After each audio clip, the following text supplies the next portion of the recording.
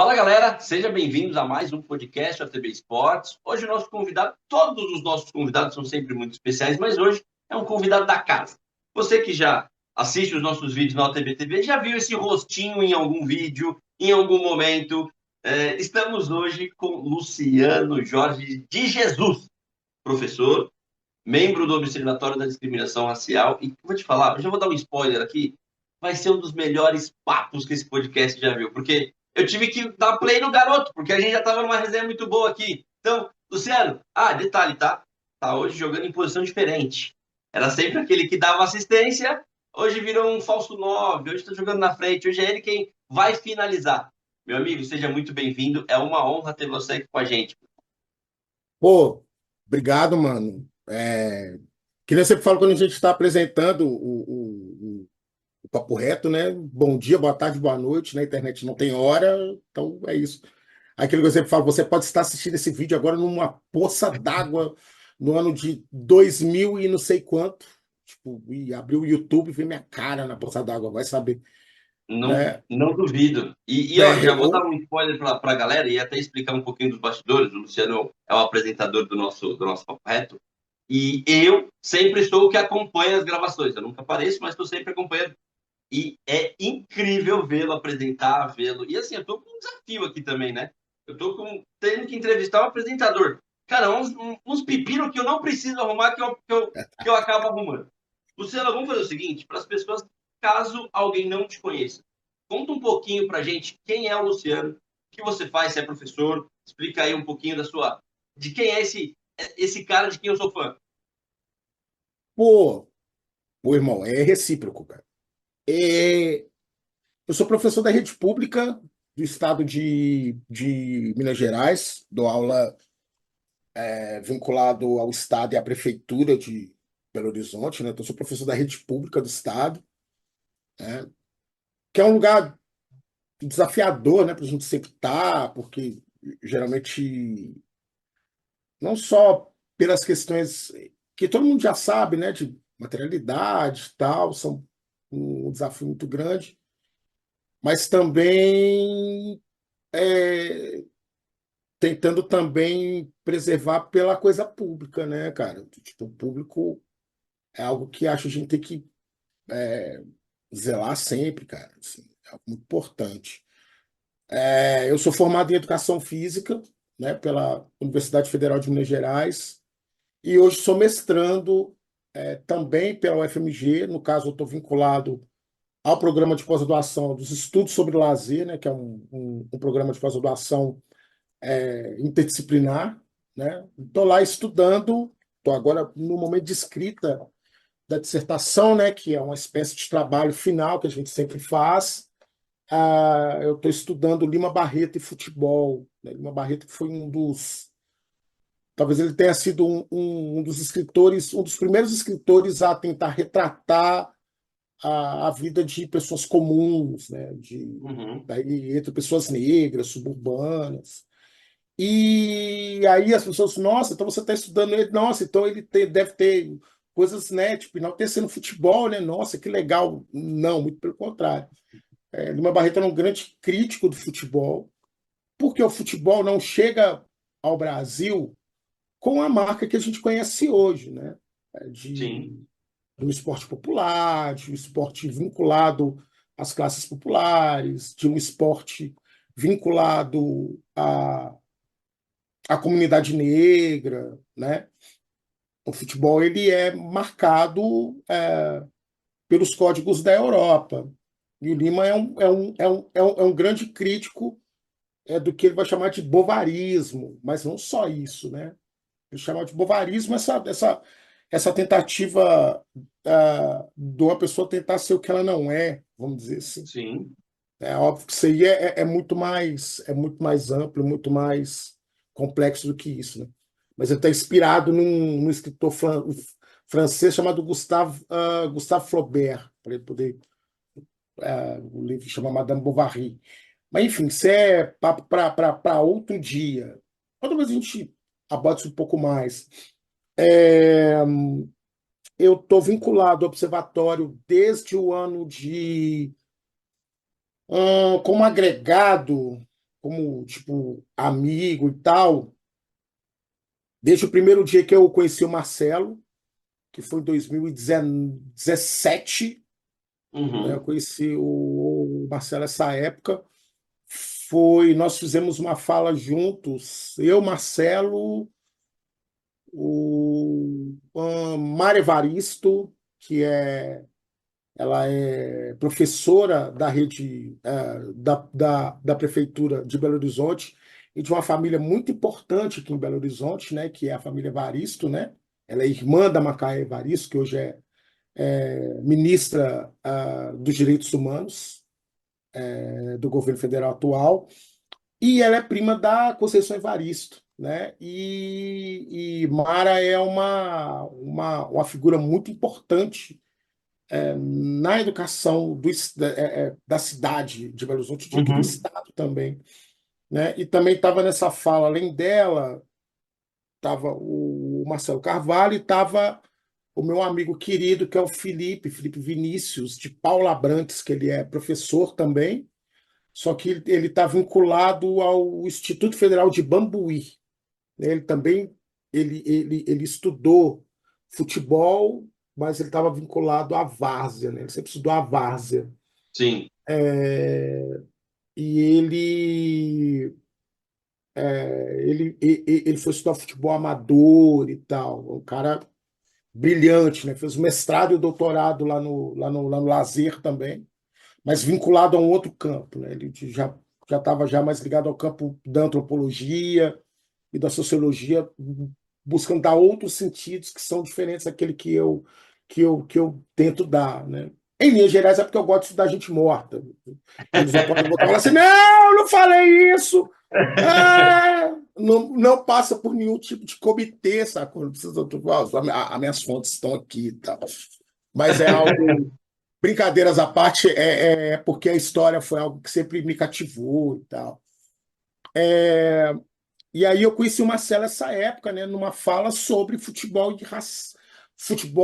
raça e racismo e tal. Eu tentando trazer alguns elementos mais vinculados ao campo da militância, Sim.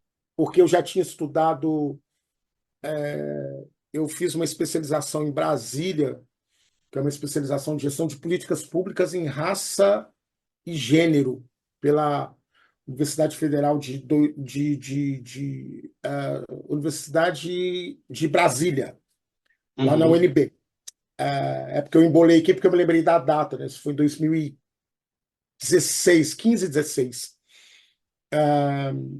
E aí, engraçado, porque eu entrei solteiro para essa pós-graduação e terminei casado, assim, né? Porque a gente já estava já com plano já, e aí casei e terminei essa especialização. Na época, eu estudei Movimento Negro Unificado de Belo Horizonte e as pautas para a segurança pública na ditadura civil-militar, que eu queria entender qual era o impacto da ditadura na população negra brasileira. Sim. E foi um estudo legal, assim, para a gente entender como a ditadura civil-militar vai afetar diferentes camadas da população brasileira de forma específica, dada Uhum. o seu processo histórico e tal, né? Então isso impacta grupos diferentes, né, cara? Tipo, você pega a história lá da Zuzu Angel, né, Uhum. que o filho dela, esqueci o nome do filho dela, que ele era atleta de algum clube do Rio de Janeiro, ele era atleta do Remo, se eu não me engano, e ela era uma mulher, tipo, classe média, e o filho, que era o Stuart, ele foi assassinado pela ditadura, né? E aí, com o desaparecimento do Stuart, ela começa a questionar, né, o governo brasileiro da época, e ela também morre na mão do governo brasileiro dessa época, né, que era uma Sim. ditadura civil-militar. Então, diferentes âmbitos da sociedade brasileira sofreram impactos diferentes, né? A população negra brasileira sofreu talvez a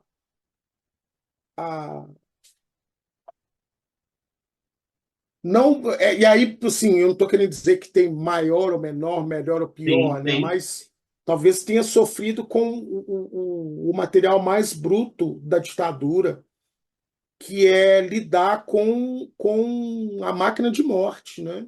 sim, Porque quando você pega lá, pelo menos em São Paulo, com a Rota, tem um livro do Caco Barcelos, chama Rota 66. O Caco fala do aparecimento da Rota exatamente durante a ditadura civil-militar brasileira para caçar comunista, né? Vamos dizer assim, sim. né? Os comunistas, né? Aqueles que questionavam e que se opunham à ditadura brasileira. E só que aí eles precisavam treinar, né? Vamos dizer assim, né? Porque você tem diferentes Praticar, técnicas. né? Eles precisavam praticar aquilo que eles iam fazer. E uma parcela que acabou sofrendo com essa engenharia foi a população negra. E tanto que o MNU em São Paulo, se não me engano, no ano de 78, a, mais ou menos ali perto de julho de 78, um jovem trabalhador, homem negro, é assassinado pela polícia de São Paulo.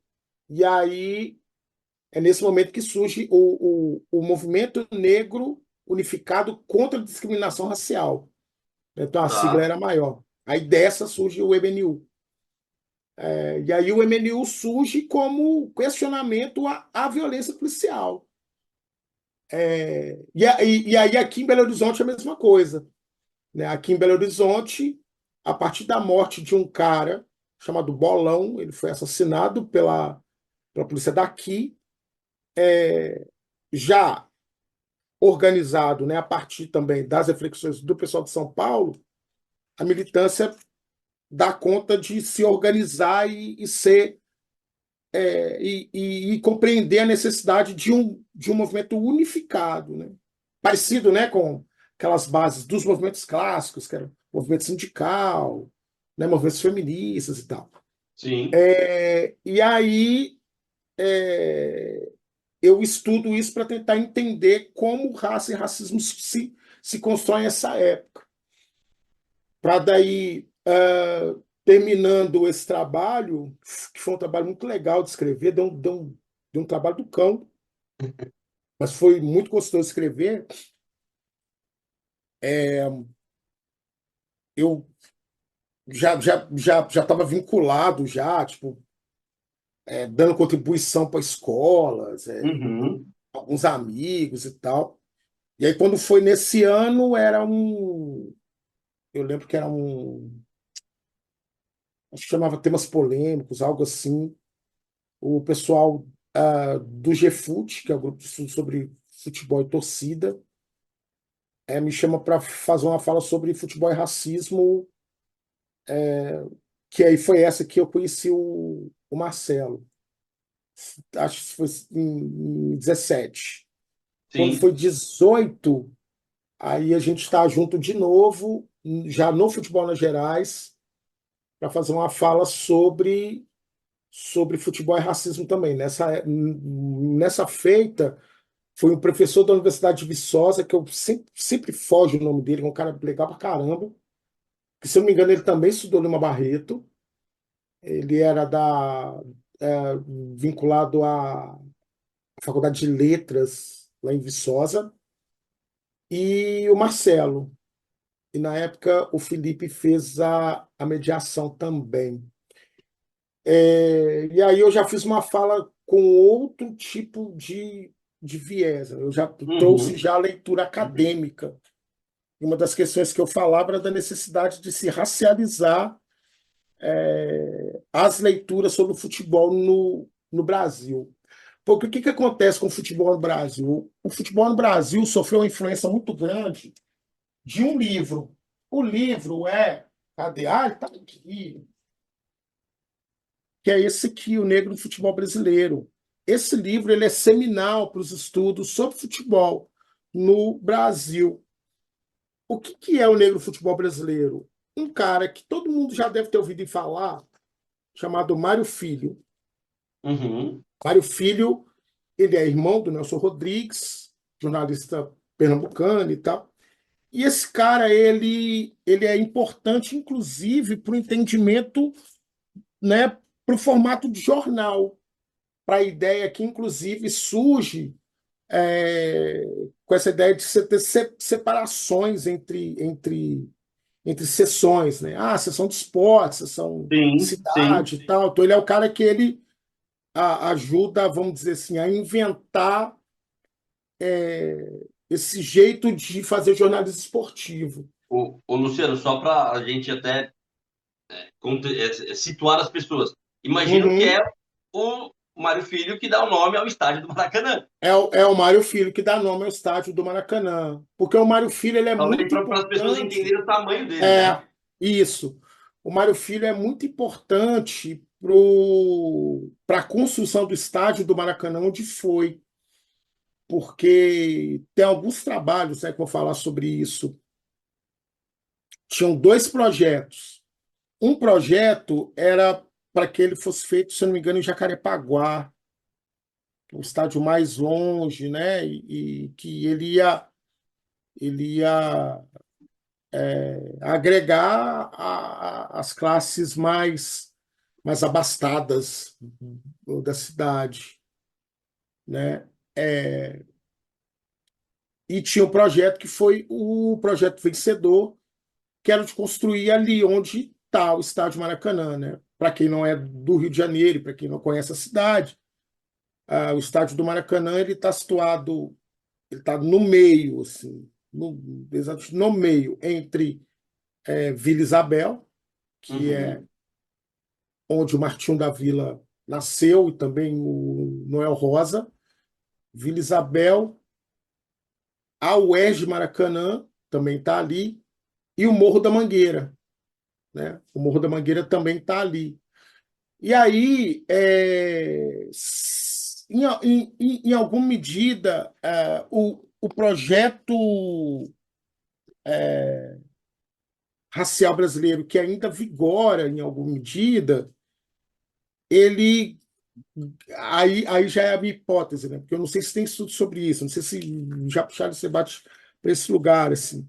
Porque o fato do Maracanã estar exatamente nesse lugar também diz muito sobre a forma como se pensou o futebol, né? O Simas fala muito disso, assim, né? Dessa ideia de um estádio em que o negro e o branco, o pobre e o rico comungam do mesmo espaço, Sim. que era algo que o Mário Filho tinha muito enquanto ideia, né? Vinculado, né, ao Gilberto Freire, que tinha um projeto, né, que pensava a sociedade brasileira a partir desse lugar da chamada miscigenação.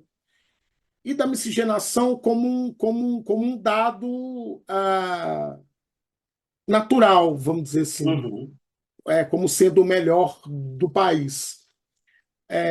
Depois eu vou falar dos problemas, mas é importante a gente entender que esse momento a gente ainda vê aquilo que foram as teses raciais, que começaram a ser pensadas a partir do fim do século XVIII, se não me engano, e que vão dar um novo sentido à modernidade brasileira.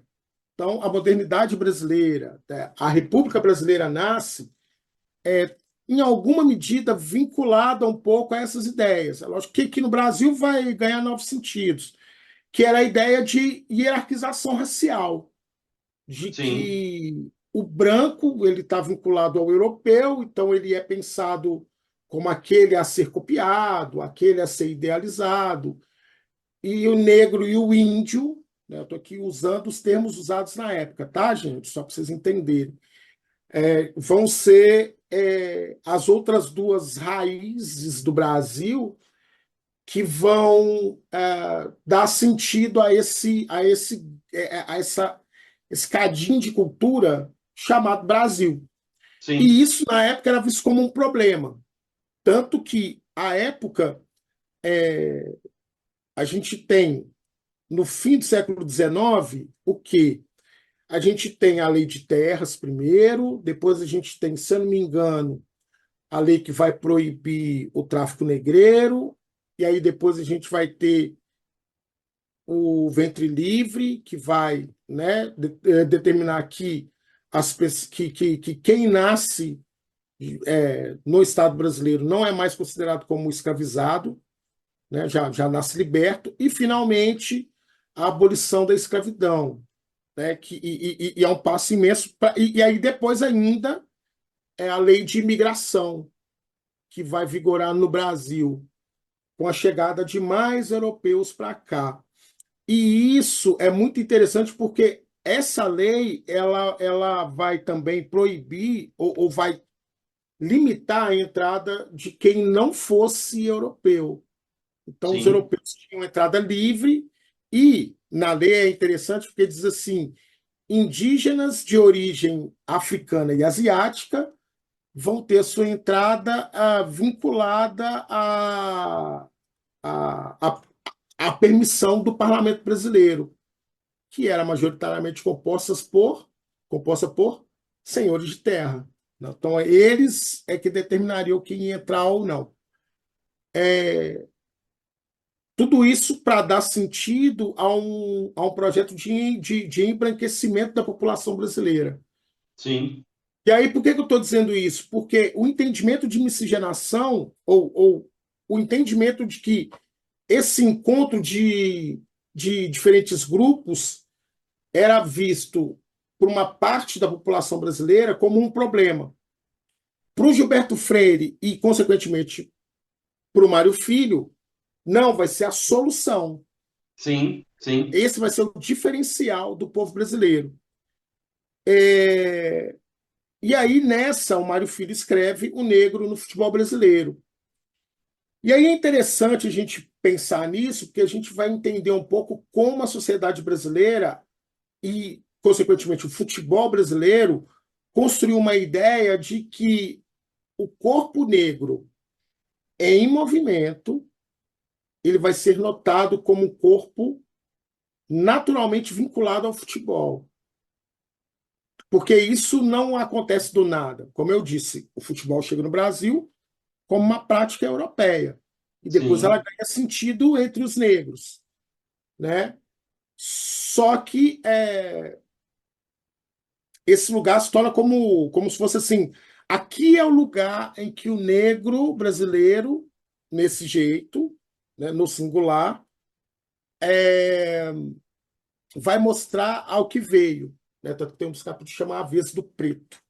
E eu queria ler aqui uma parte, que é a parte do livro que eu mais gosto. Eu tenho um carinho muito grande por esse livro, apesar das várias críticas que eu tenho a ele, mas eu tenho um respeito muito grande pelo Mário Filho, porque ele fez algo muito difícil de fazer, naquela e época principalmente, né? naquela época aquilo era muito difícil, partir do relato, né, partir do seu lugar enquanto jornalista, isso não é fácil de fazer. E ele fez isso vinculado, obviamente, ao futebol brasileiro. Quem assina o prefácio do Negro no Futebol Brasileiro é o Gilberto Freire, né? É um prefácio datado do ano de 1947. Então vamos lembrar aqui, um pouco depois da Segunda Guerra Mundial, né? E um pouco depois do que foi a experiência dos campos de concentração Uhum. e do racismo vinculado lá, né? O direcionado ao nazifascismo. E aí o Gilberto Freire ele vai dizer assim, ele vai nesse prefácio falar da importância que o futebol brasileiro tem para modernidade brasileira, né? Para dar sentido à, à cultura e à sociedade brasileira. Então ele diz algo assim, primeiro, né? Ele vai dizer assim, as páginas mais sugestivas de Mário Filho, nesse livrinho aqui, nos põe diante do conflito entre duas forças imensas, a racionalidade e a irracionalidade no comportamento e na vida dos homens. No caso, homens do Brasil, homens de uma sociedade híbrida, mestiça, cheia de raízes ameríndias, africanas e não apenas europeias. Então, ele reconhece que essa é a raiz da sociedade brasileira.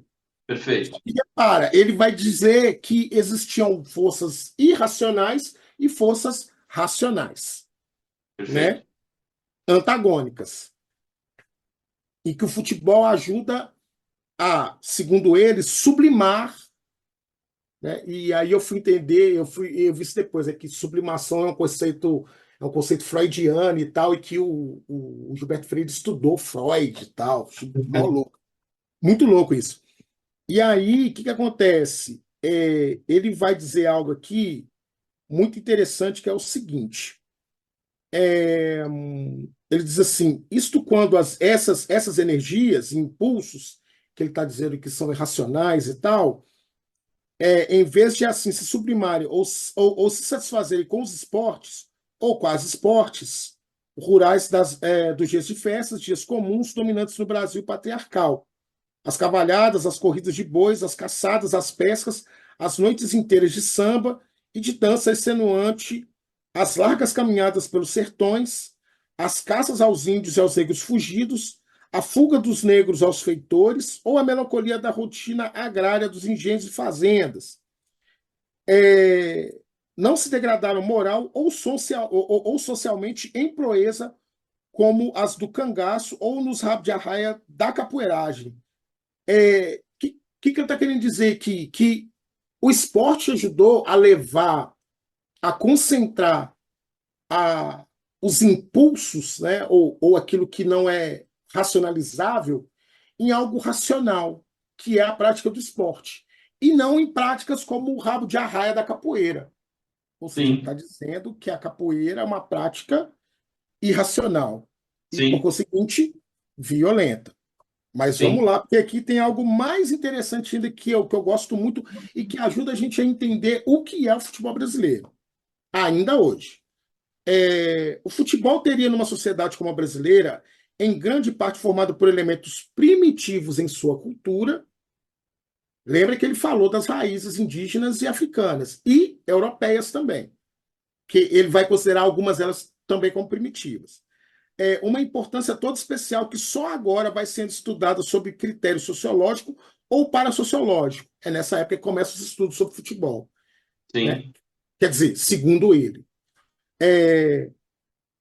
era natural que tomasse aqui o caráter particularmente brasileiro que tomou, pois tornou-se um meio de expressão moral e socialmente aprovado pela nossa gente, pelo governo, pela igreja, pela opinião pública, pelo belo sexo, pela imprensa, de energias psíquicas e impulsos irracionais que, sem o desenvolvimento do futebol ou de algum equivalente de futebol, na verdadeira instituição nacional que é hoje entre nós, teriam provavelmente assumido formas de expressão violentamente contrárias à moralidade dominante em nosso meio. Ou seja, o futebol ajudou a moralizar a sociedade brasileira, segundo o Gilberto Freire. O sim. cangaceirismo teria provavelmente evoluído para com um gangsterismo urbano, com São Paulo degradada numa sub-Chicago de Al Capones ítalo-brasileiros. Ou seja, o europeu também precisa aprender a ser civilizado, porque senão isso aqui vira Sim, uma bagunça. Aí sim, vira a Cosa Nostra, vira aquele bando de siciliano e tal.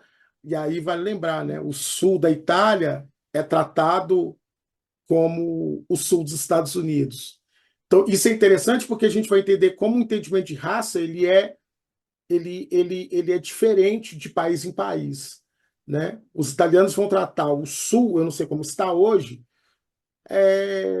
como aqui no Brasil se trata o Norte e Nordeste, só sim, para vocês entenderem. sim, Inclusive por estar mais perto da África também, e tal, mas sim. isso é hipótese. E aí ele diz assim: a capoeiragem, livre de Sampaio Ferraz, eu demorei anos para sacar quem era Sampaio Ferraz. Eu joguei na bola assim: quem que é Sampaio Ferraz? Ele foi um dos primeiros chefes da polícia da cidade do Rio de Janeiro e foi o cara que ajudou a coibir as maltas de capoeira.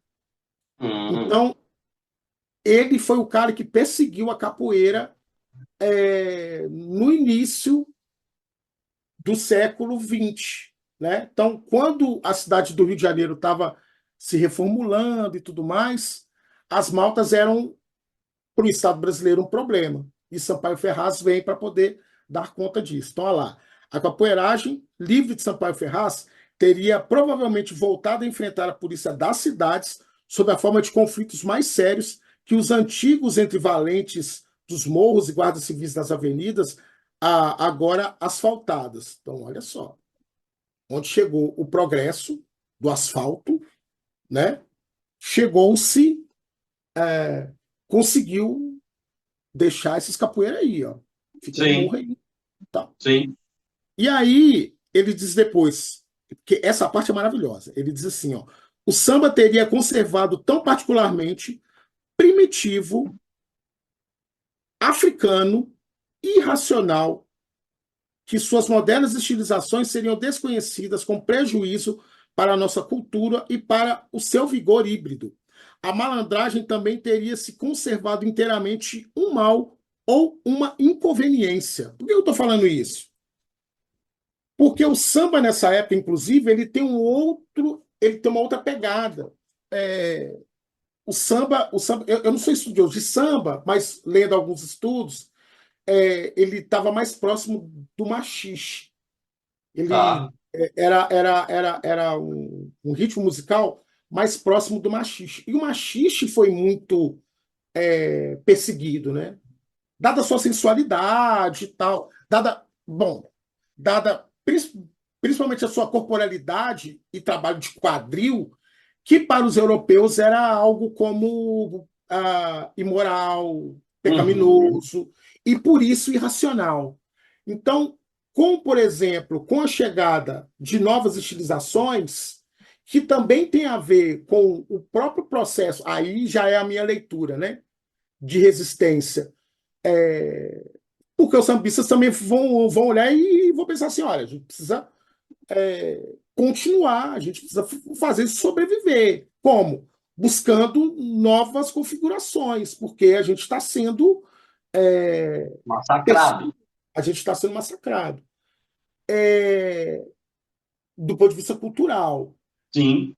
Sim, o samba sofre estilizações que lá na década de 60, e aí não é linha reta, né, mas que vão influenciar, por exemplo, a bossa nova, né? E aí a Luciano, bossa assim, só para a nova, gente de novo trazer para ah, o mundo de isso, hoje.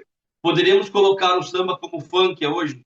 Eu o estou que se falando de faz com o perseguição, funk. pelo amor de Deus, não estou falando de estilo, Isso, estou falando do isso. movimento, onde ele estava inserido. Sim, é porque assim, o que hoje eles estão fazendo, por exemplo, com a lei, inclusive dando o nome de um artista, né? Chamando de lei anti-Oruan, é no sentido de dizer que o funk até pode existir, mas ele tem que ser mais bem educado. Ele pode falar palavrão, Que não era pode mais falar ou de menos o que sexo. tratava um samba nessa época que você está falando. Exatamente, porque os sambas tinham outras estilizações estéticas, né? Do ponto de vista musical, rítmicas, é, e outros elementos. E acho que dá para a gente fazer essa relação diacrônica, assim, né? Que aí é lógico, né? Isso que você falou, né? Eles vão se parecer com as suas gerações. O que agora a gente está vendo, por Sim. exemplo, a gente viu em São Paulo uma CPI agora, eu não sei em que pé ela está, em que vários intelectuais que estão vinculados ao funk estão tendo que defender o funk Uhum. enquanto produto que retrata uma cultura, né? Daí a gente vai cair em outras coisas, né? Sim. Mas e aí a questão do lugar da mulher? Esse debate ele é complexo. né? A sim, gente não sim. vai Mas resolvê-lo, eu acho que até para mas é pontuar aqui, a questão é isso, mais de comparar e trazer para o que a gente está vivendo hoje, a questão isso, do samba. Porque, obviamente, que exatamente, isso, eles têm. Não existe uma relação específica, mas isso, eles acabam servindo de exemplo para situar o que era isso, aquele mundo antes, né, do que nós vivemos é, hoje. é isso, irmão, porque assim, de novo, vamos lembrar do que o Gilberto Freire fala, né? Ele vai chamar a atenção para uma irracionalidade vinculada ao samba enquanto raiz africana. Sim, E essa raiz não interessa ao Gilberto Freire. O que interessa é essa raiz estilizada e amalgamada com aquilo que ele acha importante e racional, dá no produto brasileiro. Então, sim, por isso que o entendimento de mestiçagem ele é delicado, porque a mestiçagem ela é, em alguma medida ou em grande medida, o rompimento com o passado.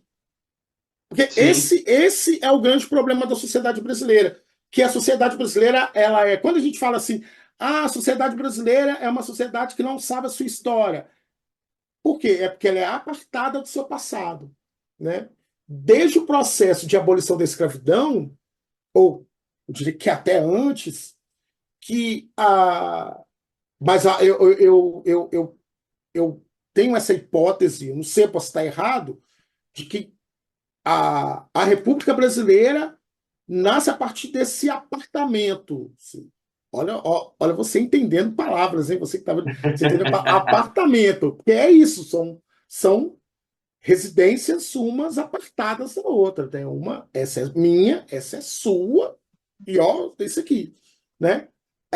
Mas a ideia de que a gente precisa avançar e esquecer e romper com o passado colonial. Quando a gente rompe com o passado colonial, a gente rompe com a nossa própria história. Porque a gente também sim. rompe com as revoltas, a gente rompe com as guerras dessa época, a gente rompe com todo o passado de resistência e de opressão.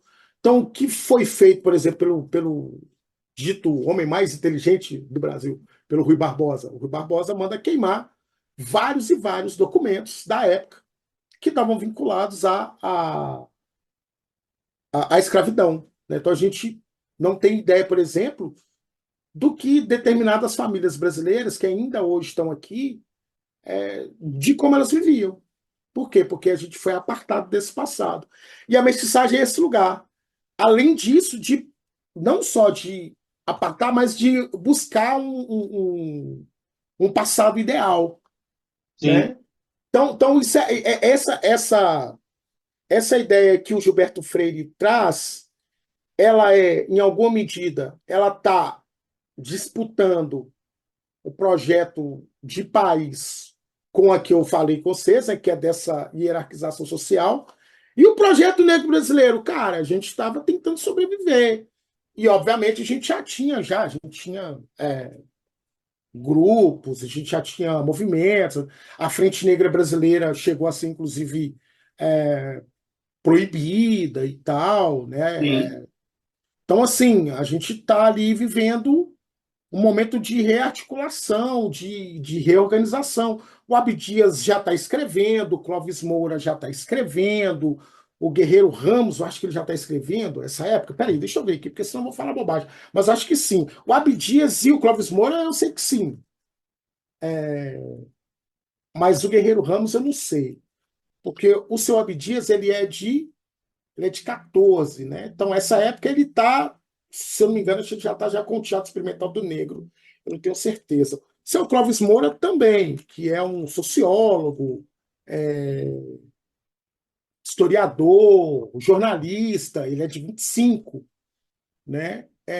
O Guerreiro Ramos, eu acho que também, entre os homens, né? Porque aí tem também as mulheres,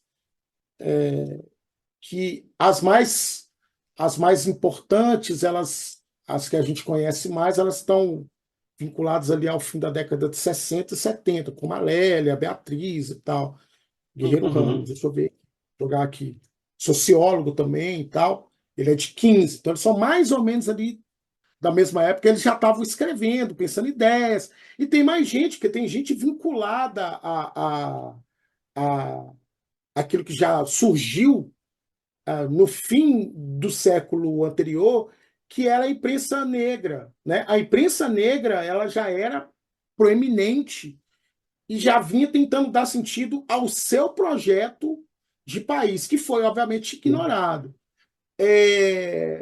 Por que isso tudo é importante? Para a gente entender que existem diferentes visões de Sim. país e, obviamente, de raça, né? É, e a que vai influenciar muito esse livro aqui é a do Gilberto Freire, e que vai ser que vai influenciar o futebol brasileiro como um todo, né? Se a gente olhar como é o futebol brasileiro ainda hoje, a gente vai notar, por exemplo, que os técnicos negros eles são minoria. E Os eles são minoria técnicos, os por quê? diretores, né? Não fica só Técnicos, no técnico, diretores, diretores. gestores, presidentes, gente vinculada, por exemplo, vamos lá, a planejar calendário, a planejar os campeonatos em si, né? Eles são minoria. E mais do que os negros serem minoria, o pensamento negro também ele é difícil de aparecer, né? E quando ele aparece, ele sofre muitos problemas, né? Então, o Roger, por exemplo, ele é um cara que ele tem que, tipo assim, dançar em campo minado, porque. Eu vou trazer aqui, Ah, Luciano, uma frase um dos nossos aqui, que foi quando o Hugo falou que uma pronto, falha dele ele tem um peso maior do que, por exemplo, ele falou, compare o Barbosa com o Oliver Kahn, né? Que do Barbosa em 50 com o Oliver Kahn em 2002. pronto. Eu acho que isso resume um pouco o que você ia começar a falar, né? O que Por o Roger sinal, faz em campo, ele tem um peso diferente pronto. do que qualquer outro técnico faz. Exatamente. Por sinal, Hugo te espera em Belo Horizonte, hein? Estou aqui já mandando Recado essa, dado porque ao vivo. ao vivo. O Hugo disse isso muito bem. E vejam só que interessante. Nessa fala dele, se você olhar os comentários, as pessoas vão questioná-lo, Claro. as pessoas vão dizer que ele está viajando, vão dizer que não é bem assim. E, mas ele trouxe um dado, mesmo que anedótico, né, muito evidente, né? O Oliver Kahn, ele, inclusive, é na Copa de 2002 que ele é eleito o melhor goleiro da Copa do Exato. Mundo, né? Não, se eu não me engano, ele foi eleito melhor jogador, não foi? Mais Melhor do que jogador. só o gol. Eu acho Acho que que ele é é. eleito melhor jogador. Peraí, vamos aqui, deixa eu ver aqui. Melhor. Acho que é isso mesmo, irmão. Melhor. Tanto que, se eu não me engano, essa regra muda depois desse jogo, que escolheu antes da final. E, se eu não me engano, Isso. esse jogo fez com que a É isso FIFA mesmo, Oliver alterasse. Kahn. É. O Oliver Kahn. E assim, o homem era bruto. Quem viu o Oliver Kahn jogar sabe disso. O Oliver Kahn é animal, cara. Assim, animal. O cara é foda. E aí é isso, assim, né? De como o branco está sempre vinculado a esse lugar da confiança, né? Deixa E eu ele fazer, te teve. cortar de novo, porque a gente vai Vai falar de lá. um outro assunto, que é Uhum, exatamente o que você está falando, que aí você vai poder falar talvez com mais propriedade que eu. A gente vai sair sim. do nosso futebol e eu vou para o futebol americano. Eu já Uhum, ouvi alguns estudos, algumas falas sobre o quarterback dificilmente é negro, porque passa a ideia de que é a posição no futebol americano que tem que pensar. O negro é o que corre, o negro é o que bate, mas o que pensa, na grande pronto. maioria, é o branco.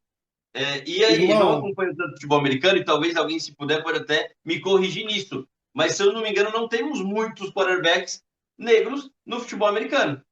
irmão, Não sei, você já deve ter perfeito. ouvido alguma coisa nessa linha também. Perfeito, perfeito. Tanto que o Colin Kaepernick, ele é um quarterback. Quem se lembra do debate que eu fiz aqui com o William Maranhão, aliás, um beijão pro William Maranhão, baita cara, bicho. Tá louco. Baita E vamos cara. ter que refazer a conversa com ele, porque agora ele está no Vietnã. E ele vai É. voltar com uma série de novas histórias, né? Eu acho que a gente. Porra, a gente vai ter que refazer isso com ele, cara. Vamos ter que refazer isso com ele, cara. Meu Deus do céu. Porque isso já. já é outra coisa, assim, né? O que é jogar futebol no Vietnã, cara? Sacou? Exato. E aí, assim, é jogar futebol em um país comunista que tem vivido um outro modelo, um outro modo de vida. Como é que é isso, sacou? E nem é para dizer assim, nossa e tal. Não, não, é para ver. E aí, É cara? curiosidade, é para ter O que informação, você né? tem, que você tem para contar, saca? Tipo, e isso é algo muito legal, né, pra gente pensar. O William Maranhão, a pergunta que eu fiz para ele foi a seguinte: William, você joga num lugar do campo que a bola sempre passa pelo seu pé. E você é um cara que pensa a transição do jogo. Ou seja, eu acho que eu disse isso nesse sentido mesmo. Né? O que é a transição para quem está em casa? Né? Para o time que está saindo da defesa indo para o Sim, ataque. Ou seja, o time que está pensando taticamente como o time se projeta para o ataque sem se perder entre movimentação e controle da bola. Né? perfeito. Porque vamos lá, é Perfeito. uma bola só e são 11 de cada lado. E aí, né? E aquilo funciona, né? Quem assista um jogo em campo, gente, vai ver a várzea, vai ver o que der para você ver em campo. Assiste os meninos jogando em campo, para vocês verem como é um balé bonito de se ver assim, né? Porque é como se fosse um corpo único caminhando, né? Junto assim, que precisa caminhar junto, né? É, e aí eu perguntei isso para o William, né? Como é que é ocupar esse lugar, cara? Porque você, como um homem negro, e assim, a gente ainda vive um pouco um falso dilema, né? Porque ele não existe, né? Que é o entendimento do pardo enquanto uma categoria única, né? É de como se a experiência dele fosse uma experiência única e que traduzisse aquilo que é a imensa, de novo, uma releitura de Gilberto Freire, né? Ele dizia que não, mas quando, na verdade, a experiência do pardo, como o pardo William Maranhão, ela está mais próxima da minha do que do Bruno, sacou? Sim, E por que isso é importante a gente dizer, né? Para a gente entender como o futebol brasileiro está pensado, porque a resposta do William Maranhão nessa época vai ser cara, é um dilema, porque nem sempre vão entender assim. E se a gente olhar, por exemplo, eu vou dar um exemplo. Vou sair daqui e vou citar um cara que já é, tipo assim, ele ocupa um outro lugar diferente do nosso irmãozinho William Maranhão, que é o Kanté. Quando sim, o Kanté ganhou a Copa do Mundo com a seleção da França, e ele entrou, né, para a seleção e tal, né, dos melhores daquela Copa do Mundo, muito se dizia da capacidade física do Kanté. perfeito. Nossa, mas o Kanté corre demais, não sei o quê. Eu já entendi diferente. O Kanté, isso não quer dizer que ele não tenha capacidade física. Tem. Todo jogador de futebol tem, gente. Claro, Já jogaram claro. futebol? Assim, vocês já jogaram futebol? Eu vou dizer uma coisa, que eu estou tentando, inclusive, ir para o próximo jogo. A gente está em novembro de 25, que, né, quando a gente acabar aqui. Quando eu fui para Porto Alegre, 2022, aí eu vi aquele campo imenso. Pensei assim, aqui não cabe 11 de cada lado, não. Tem que ter uns 15. Não faz Sim, sentido. Não tem sentido. Não. sim, Então, a, qualquer jogador de futebol, qualquer pessoa que joga futebol, que entende que começa um jogo e termina um jogo e sai dali, tipo assim, plenamente entendido das suas capacidades físicas e intelectuais, entendeu? Porque, assim, tem um cara que entra e chama uma ambulância depois, né? Socorro, não estou dando conta disso aqui. exato, Eu até terminei o exato. jogo, mas quem eu sou? Não sei, entendeu? Agora, o cara que, tipo, a pessoa que começa e termina, entende? Não, tal, isso aqui. Esse cara, tipo, ele é uma pessoa preparada para isso. E Muito. ele é fera. Sim, Independente se ele joga na série D, na série C, ele é fera. Por quê? Porque ele é um atleta de alto rendimento, sacou? perfeito. E todos eles sabem fazer isso. Ocupar espaço. E aí, lógico, né? Você vai ter o cara que. O Vampeta tem uma história muito boa disso, né? Dizer que ele virou para um atleta dele e falou assim que, ó, você vai subir, na hora que você voltar para poder defender, você não vai voltar pela lateral, você vai voltar por dentro, volta por dentro, fazendo a marcação. O lateral dele virou e falou assim, professor, se eu soubesse fazer isso, eu estava no Real Madrid. É isso. Então, assim, é lógico, né? Vão ter jogadores que vão saber fazer isso, que não. Normal. Isso é capacidade de abstração e tal, né? Perfeito. Para mim, não tem diferença nenhuma entre o que o Van Gogh faz e o Ronaldinho Gaúcho faz. Para mim é tudo a Exato. mesma coisa. Para mim é tudo Perfeito. arte. Perfeito. Porque é capacidade de abstração. Eu dava uma aula de matemática para um aluno meu e esse aluno resolveu uma expressão que ele abstraiu e viu o que estava acontecendo. E depois eu fui conversar com a galera. Galera, isso acontece porque ele tem uma capacidade de abstração. O que é abstrair? É você olhar e compreender a realidade como um todo. E você olhar e ser capaz, por exemplo, de escrever uma música como, sei lá, você escreve assim, ainda é cedo, amor. Mal começaste a conhecer a vida. Anunciaste a hora da partida, que é a música que o Cartola escreve para a filha dele, porque a filha dele sai de casa para se vincular reza a lenda, né, que ela se torna prostituta e tal. E essa é a cabeça do Cartola na época, tá, gente? E aí, Cartola abstrai e escreve desse jeito, né? Ele poderia escrever de outro? Poderia, mas não ia ser bonito como ele escreveu, né? Então, Sim. isso é abstração. É o gênio, né? Assim, é tipo assim, o Paulinho da Viola tem uma frase maravilhosa que eu amo. As coisas estão no mundo e eu preciso aprender. Tem gente que consegue abstrair e tirar dela algo que ninguém viu. E o futebol é exatamente isso. Ocupar o espaço que ninguém conseguiu ver e só ele consegue ver. E isso é algo genial.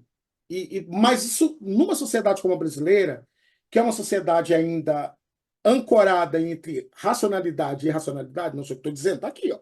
O Uhum. Gilberto Freire falou. Né? A raiz brasileira é essa ali, ó. Né? Você pega lá a Semana de Arte Moderna, tá lá todo mundo, nossa, a gente é genial, que a gente faz as paradas mais. Aí o Lima Barreto olha e fala assim: não sei se isso é tão genial assim, não. Né? Mas esse é um outro debate. Mas só para vocês entenderem como há essa divisão entre trabalho braçal e trabalho Sim. intelectual. Perfeito. Entendeu? E se a gente olhar para a sociedade brasileira hoje, a gente nota como as pessoas que são garçons, as pessoas que trabalham, sei lá, que trabalham por trás de todo esse aparato entre câmeras e tal, eles não são tratados como os atores, né? No Brasil e aí, obviamente, no mundo como um todo. Então, assim, há uma hierarquia. E essa hierarquia no futebol, ela está dada a partir desse lugar. Homens e mulheres negras até jogam futebol. Pode jogar futebol. Mas não pode pensar demais, não. Tanto que o Aranha se tornou um problema. Isso ele fala, né? E aí é o mais doido, né, Bruno? Porque acho que eu te contei isso. O Aranha contou isso do meu lado. O Aranha estava do meu lado no fim do ano passado. No fim de 2024, estávamos eu, o Aranha, uma advogada, que fugiu o nome dela aqui agora, a primeira mulher negra que entrou na justiça, né, por questões raciais, esqueci o nome dela também, e o Allender. Gente, por que eu esqueci? Porque eu sou péssimo com o nome. Né? Eu sou péssimo com o nome. E aí a Aranha vai citar só o Franz Fanon, do meu lado. Então, assim, era um evento do Ministério Público de Minas Gerais. Então, assim, esses caras tornam um problema. E aí é muito doido, porque o Hugo tem que administrar esse lugar, né? De saber o que ele pode falar e quando ele vai falar. Não vai ser sempre que ele vai falar, porque se ele falar, vão dizer, lá, tá mais preocupado em lacrar do que em jogar futebol, Sim. né?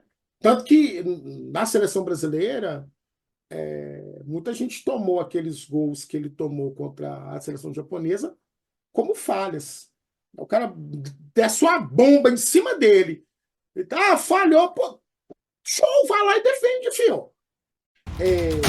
No início do século passado, quando o futebol brasileiro ainda está ganhando, aí sim, né? Esse sim, esse é o meu trabalho favorito sobre futebol, ele está aqui. Eu gosto muito do negro futebol brasileiro, mas meu trabalho favorito, a minha principal referência sobre futebol no Brasil é esse trabalho aqui, ó. Futebol Mania.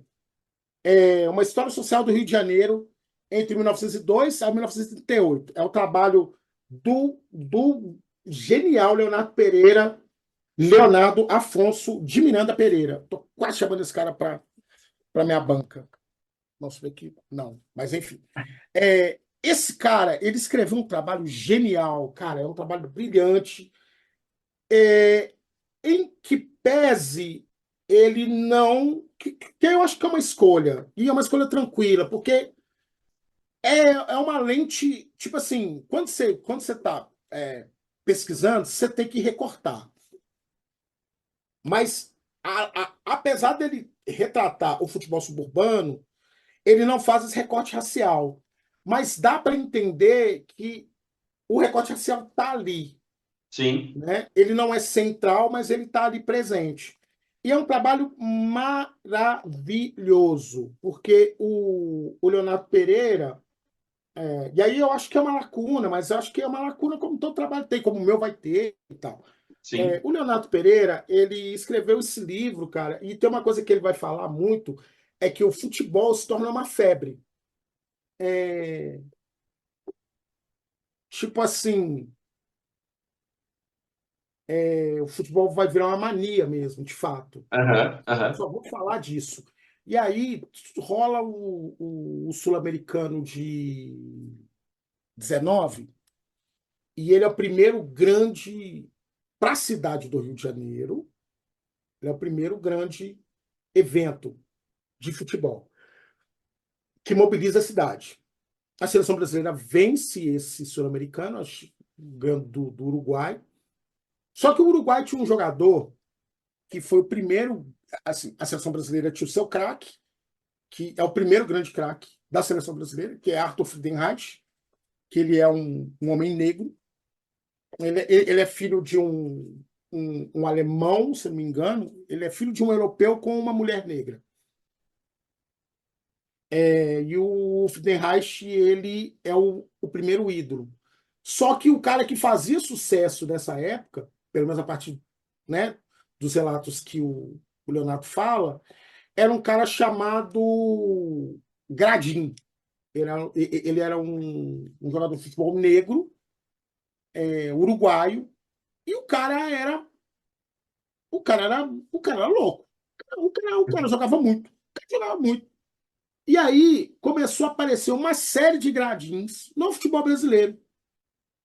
E aí, eu fui perguntado na época da minha qualificação, porque o que que acontece, galera? Quando a gente está escrevendo uma dissertação, uma tese, a gente passa primeiro por uma qualificação, e essa qualificação vai dizer para a gente: o seu trabalho está bom, dá sequência, Sim.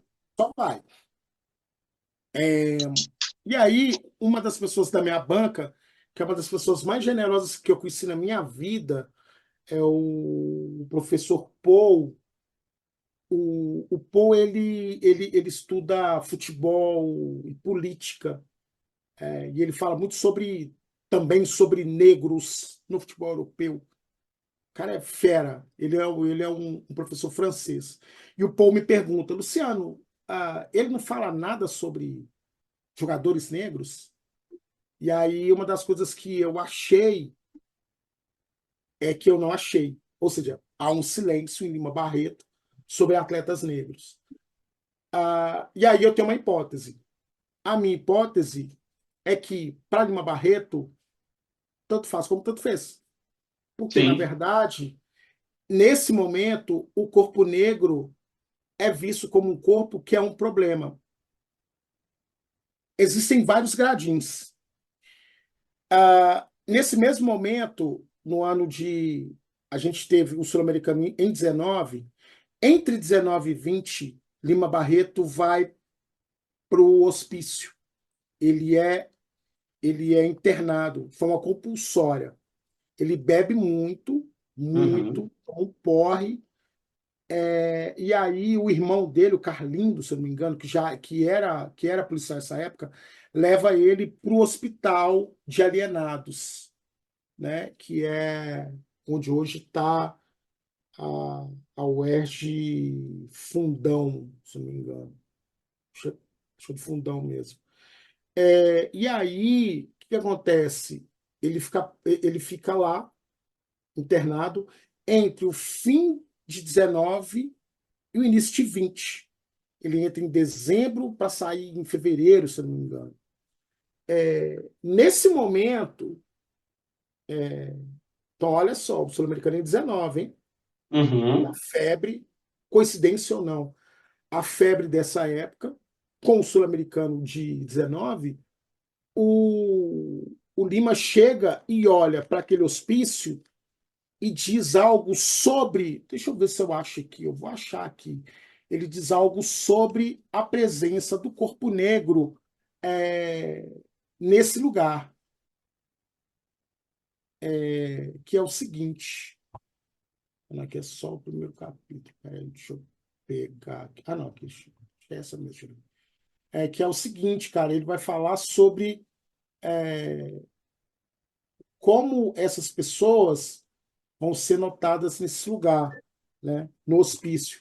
E principalmente, e aí, lógico, né, ele vai dizer que as pessoas negras estavam ali, mas também tinham portugueses e tal, Sim, outras.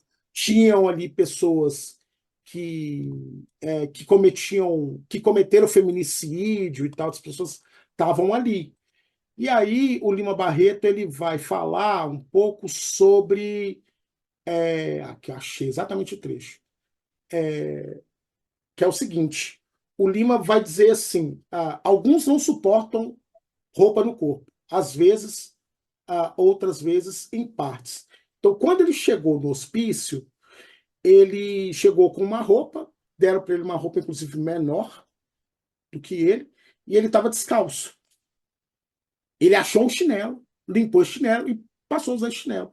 Ou seja, o Estado brasileiro não se preocupava com a forma como essas pessoas estavam ali.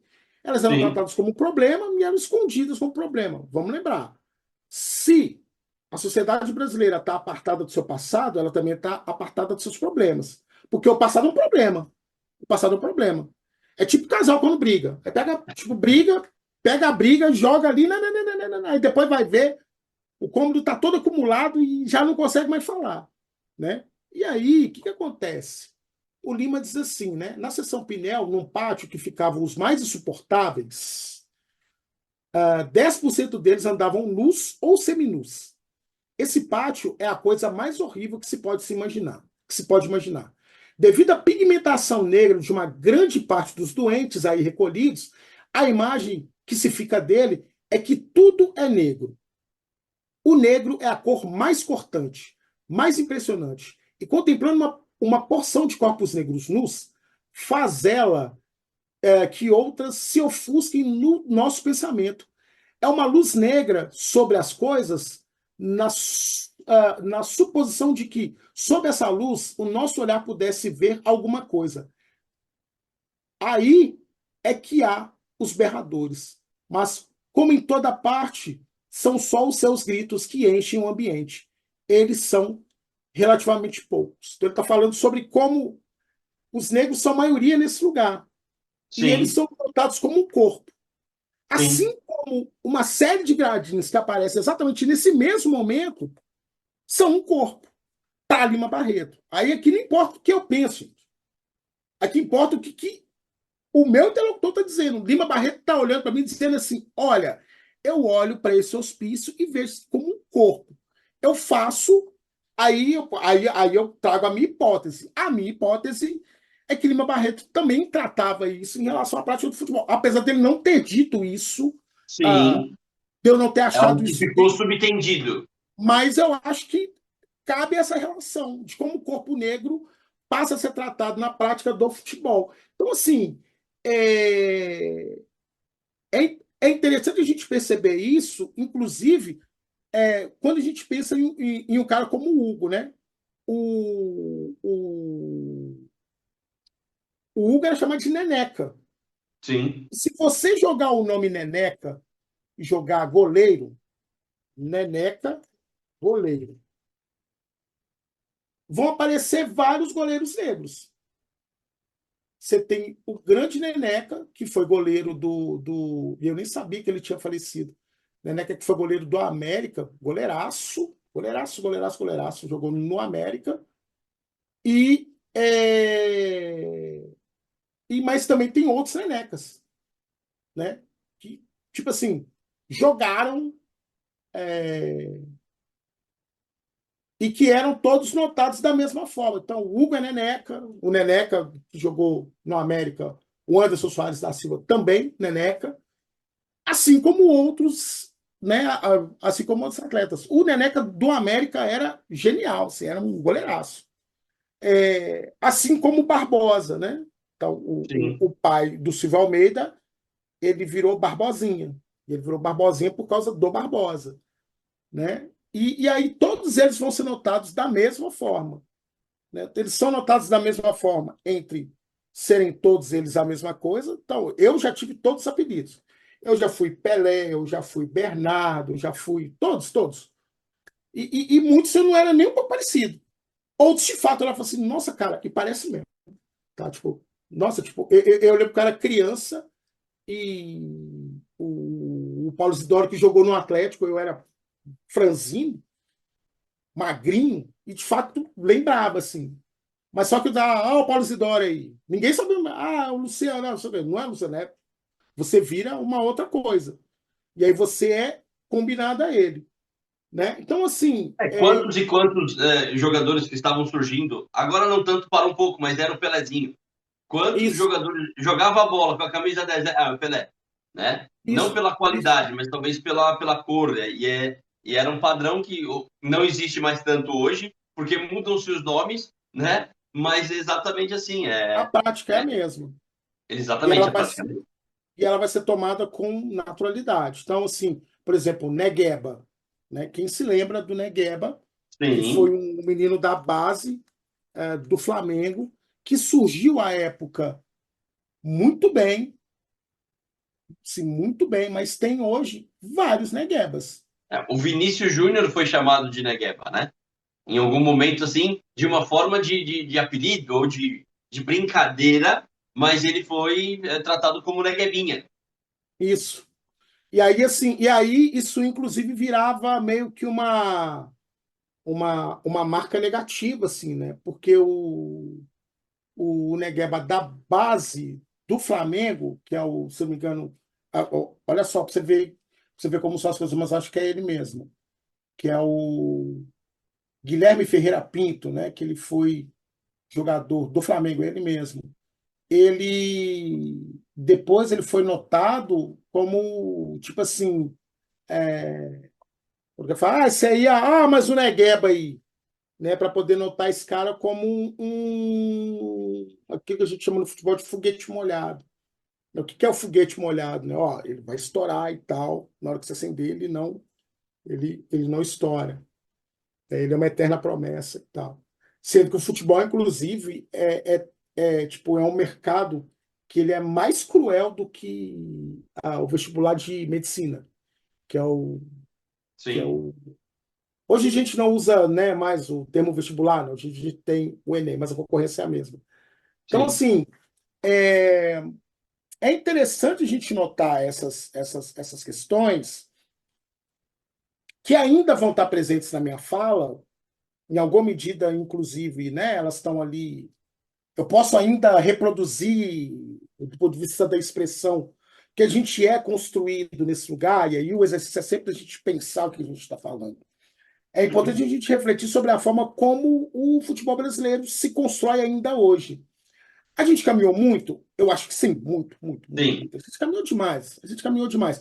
Eu sempre falo isso. Existe um futebol antes e depois do observatório, né? Então, hoje eu estou usando a camisa preta, né? A pretona do observatório. E existe um futebol antes e depois dele, né? Mas ainda é um futebol que ainda dá espaço para algumas coisas, né? E para outras não, né? Alguém, tipo, eu já vi o termo tipo zona de discriminação mole e dura, enfim, tem essas bobagens aí, que eu não acredito nem um pouco nisso. É, mas, assim, eu acho que a gente caminhou com o tema, mas ainda tem muito por fazer, Sim, a estrada ainda é muito longa, né? né? Porque, assim, a gente viu a última incursão, né? A última operação da polícia na cidade do Rio de Janeiro, e vários gradins foram mortos, sacou? Vários gradins foram mortos ali. E, a princípio, todos eles foram colocados no mesmo lugar de gradin. Qual que é o lugar do gradin? É o da contravenção, né? Sem algo que a República nos garante. Porque a República nos Uhum. garante isso, né? Ampla defesa, né? Você tem direito à defesa. Não é assim, a gente pega um filme, né? O que que o detetive, você está preso em nome da lei, e em nome da lei também você tem direito a um advogado. Se você não tiver condição, o Estado vai lhe fornecer um advogado. O que que significa isso? Mesmo você sendo uma pessoa muito humilde, você tem direito a se defender. Você tem direito a ter uma pessoa que sabe o que que é isso e que vai fazer isso bem. É isso, não é? Não, Sim. né? Assim, Na teoria é isso.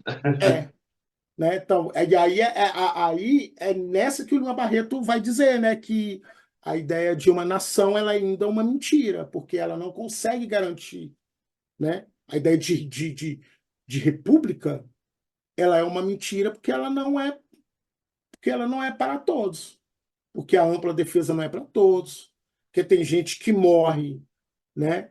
E depois a família tem que passar anos e anos tentando ela provar que o seu ente que morreu não era criminoso. Luciano, você está defendendo quem comete crime. Não, não, não, não. Eu estou dizendo que uma pessoa que comete crime tem que ser responsabilizada por ela. Só que ser responsabilizado por ela não é ser tratada como um problema tão grande que nem pode viver na Terra. Eu acho que a gente vive num país que não tem pena de morte ainda. Eu acho. Do ponto Sim, de vista oficial, é isso que acontece. Mas assim, o que que a gente está assistindo? É que o Estado, né, define quem vive e o Estado define quem não vive, né? Então, quando a gente faz essa reflexão e traz isso para a sociedade brasileira, a gente entende que, e essa foi a sacada do Lima, mas acho que o Lima,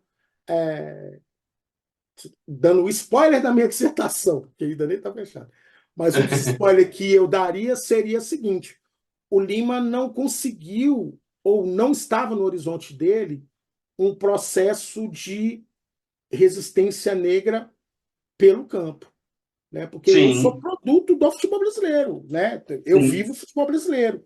Eu faço sim, parte daquilo que se chama hoje de campo do futebol brasileiro, né? A sim. gente faz parte desse lugar.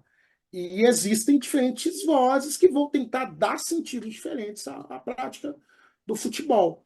Então, assim, eu acho, mano, que quando a gente pensa esse lugar, a prática do futebol, ela vai, inevitavelmente, algo que o Marcelo fala muito, ela vai refletir a sociedade brasileira. Por exemplo, Sim. semana que vem eu tenho uma fala para fazer, né? Eu estou aqui falando em semana, em semana, em semana. Você que lute, eu não vou ficar aqui falando que...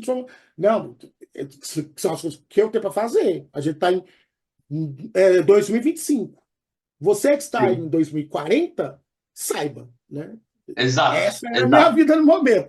Mas exato. assim, eu tenho mais uma fala para fazer semana que vem, e eu quero levar um pouco desses elementos para a gente entender que o futebol ele é um produto da sociedade brasileira. E como produto da sociedade brasileira, as coisas que acontecem, inclusive no futebol, algumas causam mais impacto, mas são de pouco envolvimento. Uhum. E aí digo de envolvimento como um todo, né? Então, assim, por exemplo, eu tive numa banca do direito, e eu comentei isso com vocês até, tive uma banca muito massa, do pessoal do direito, era um menino negro que ele olha para o futebol brasileiro e ele acha muito estranho o fato dos casos de discriminação racial no futebol serem defendidos somente na esfera esportiva. Quando se entende, quando se tem lei dizendo que racismo é crime. Então, e aí ele diz algo nesse sentido assim: pera, se o racismo é crime, significa que tem uma face dessa opressão que ela é civil. Logo, quem deveria responder por ela é o direito, não o direito desportivo, mas sim o direito Perfeito, civil, que não se perfeito. interessa, que ainda não se interessa, né? E aí isso é muito legal porque é exatamente isso, assim, que é o envolvimento das pessoas. As pessoas vão se envolver e vão dando um sentido novo à prática de futebol, que é algo que eu tenho tentado dizer muito. Assim como a gente precisa reinventar esse país, porque esse país ainda ele não é feito a nossa imagem e semelhança, e aí, por semelhança, a gente inclusive tem que entender as nossas contradições e as nossas sombras, o futebol brasileiro também, né? Porque Sim, o futebol brasileiro é um lugar que ele não valoriza a presença da mulher, é um futebol que ainda trata ainda, que se constrói muito ainda a partir do lugar da violência, né? A violência ainda é um lugar que muito presente em cânticos de torcida, na forma como a imprensa esportiva cobre, com os termos que a imprensa esportiva escolhe falar, né? sim, A gente fala que o cara que faz mais gol, ele é matador. exato. A gente diz que o cara que faz mais gols, ele é ele é o artilheiro, né? Você que está aí em 2075, você não sabe, mas no dia de ontem, que foi o dia 12 de novembro, o Atlético empatou com o Fortaleza em casa. E o Davidson fez 3 gols, ele marcou um hat-trick. No Brasil, acho que não tem termo para isso, acho que é o triplete, não sei. Mas talvez hat-trick seja o único termo não bélico para a prática do futebol, além dos outros, né? Paredão e tal. Mas, paredão ainda tem uma outra conotação. Mas eu acho que paredão está mais ligado à parede e tal. Mas, Sim, enfim, sim, sim. de não romper a parede, mas vamos Exato. lembrar que existem diferentes paredões. Mas é isso, cara, assim, né, que eu tenho pensado é que a gente precisa. O futebol que a gente precisa, ele ainda não foi inventado. Quem vai inventar, cara, eu não sei. Mas eu acho que a gente tá Talvez correndo nunca atrás. seja inventado, né? Esse é o grande Talvez ele ponto. nunca. Mas a gente vai tentar chegar perto dele. É isso, Eu acho que concordo plenamente. é. Que eu acho que esse é o ponto, assim, né? Tipo, a sociedade brasileira precisa tentar dar sentido à sua própria história, à sua própria memória e às suas práticas. O futebol é uma delas. A moda, a teledramaturgia, o cinema, a arte brasileira. A arte brasileira precisa representar a sua trajetória, que ela é o quê? Contraditória. Ela não é essa coisa bonita que alguns artistas. Eu não vou falar, não, porque senão eu vou causar polêmica. Eu não quero causar polêmica. O que eu diria aqui, eu só vou dizer no bar, né? Mas eu diria que, né, tipo, a realidade brasileira ela não é essa panaceia que alguns artistas da Semana de Arte Moderna brasileira viram, não, assim, sabe? E todo mundo tem orgulho e tal. Eu olho e falo assim, bom, isso até está presente, mas O a gente não Márcio também esquecer. está presente, né? O mas também está presente. Porque é aquilo assim, tipo, dizer isso não significa, então, o Luciano não gosta da Semana de Arte Moderna. Não, gente, calma, calma, eu não vou destruir a Semana de Arte Moderna. Ela está lá, ela é importante. Mas só que ela tem questões. E aí, como diria o grande Tamar Assunção, entre o sim e o não é o vão. E eu tô nesse vão aí, ó. Eu não tô no não, eu tô no vão. Luciano, infelizmente a gente já vai ter que caminhar para um final aqui, mas eu ainda tenho duas perguntas para te fazer. E só Sim, para dar como fala? Só para voltar no que eu falei no começo. Eu avisei que o papo seria incrível. A gente está falando com alguém que estuda não só o futebol, mas a sociedade. Então, ouvir um pouco do que você fala é muito gratificante por isso, porque a gente talvez até pode repensar. Esse vídeo ele tem que ser um podcast ou um workshop, mas fica a dica para a posteridade. Luciano, eu vou inverter os papéis. Você às vezes faz essa provocação, então eu vou te fazer. Para quem está assistindo esse vídeo de forma atual, esse vídeo está sendo publicado no dia 20 de novembro, que é uma quinta-feira, é feriado, né? Tem o feriado prolongado. Talvez alguém fique sexta ou não. O que você indica de dar uma dica cultural para a pessoa que vai ficar em casa no feriado, que não vai viajar, que quer assistir alguma coisa legal na televisão? Um pouco sobre o tema que falamos agora, já que você faz isso com os meus convidados, que eu trago para você, para a gente entrevistar, me fala agora você, dê uma dica para quem vai ficar em casa no feriado, ter uma boa leitura ou assistir um bom filme, meu amigo. Tá, eu vou fazer então aqui ah, uma indicação. Eu já dei algumas aqui, mas aí eu vou Sim, dar essas todo duas papo reto dicas tem uma aqui, ótima indicação sua.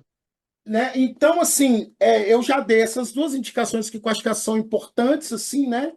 São leituras muito legais, que é O Negro no Futebol Brasileiro, escrito Sim, pelo Mário Filho, e a Futebol Mania, uma história social do futebol no Rio de Janeiro.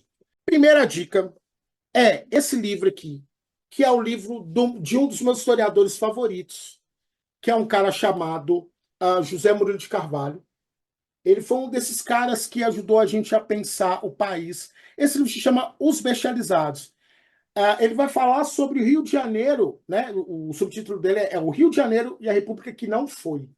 Que ele vai falar de todas as contradições que permearam a construção da nova República Brasileira. Aliás, da primeira República Brasileira, porque a nova é essa que a gente está vivendo. Que também, em alguma medida, é uma república que não foi, então, mas esse é um outro papo. O Zé Murilo de Carvalho, ele é genial, assim, ele é um cara que ele fala muito a partir desse lugar da contradição, e ele fala muito, e de forma muito bonita, assim, sobre a presença negra nesse lugar, assim. Então, assim, é um livro que eu tenho um carinho muito grande. Professor José Murilo de Carvalho, que foi, né, que assim como eu, tenho muito orgulho de ter formado na mesma universidade que ele formou, né? Ele também foi aluno da UFMG. Então, esse é o primeiro livro, um livro que eu acho brilhante, né? O segundo é um livro que, na verdade, é um compilado dessa que foi uma das historiadoras que me ajudou a pensar em algo que eu tenho chamado hoje de uma história escrita por mãos negras, que é a Beatriz Nascimento. A Beatriz Nascimento, ela foi uma historiadora, ela faleceu muito jovem, ela foi assassinada. Eu amo essa foto da Beatriz, acho essa foto maravilhosa. A Beatriz ela foi assassinada defendendo, ela morreu em 95. Ela morreu defendendo uma amiga que ela tentava separar de um companheiro, e aí esse companheiro assassinou a Beatriz. Então, tipo assim, a Beatriz ela é mais uma que entrou para a estatística do chamado feminicídio brasileiro. Só que, apesar dessa denúncia, eu queria que vocês sacassem que a Beatriz ela não foi um corpo indefeso, né? Por isso uhum, ela defendeu uma amiga. E ela era um corpo, e ela é um corpo muito presente, né, nas nossas formações. Esse livro ele é um compilado de entrevistas, sim. artigos, ensaios, né? Então ela escreveu muita coisa muito legal mesmo, sobre a história brasileira. E aí agora eu vou indicar aqui um gringo e o último que é o meu favorito, obviamente, que eu não ia deixar de fora. Esse livro aqui é um livro da Bell Hooks, e é assim mesmo, minúsculo, tá, gente? Bell Hooks. Ela foi uma também falecida, morreu há pouco tempo, inclusive. Ela é uma filósofa, ela é uma pensadora, e nesse livro aqui, ela chamado A Gente é da Hora, é um livro sobre masculinidades, né? Sobre homens negros e Uhum, masculinidades.